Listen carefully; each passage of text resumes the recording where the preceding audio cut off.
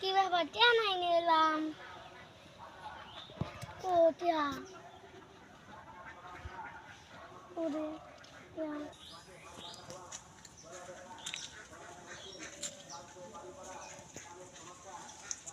কি হয়েছে চাচা?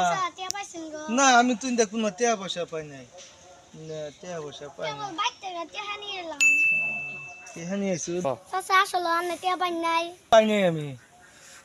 দেখুন চেন দেন দা খুঁজুন চেন দা আড়াইছে কিনা। বুঝে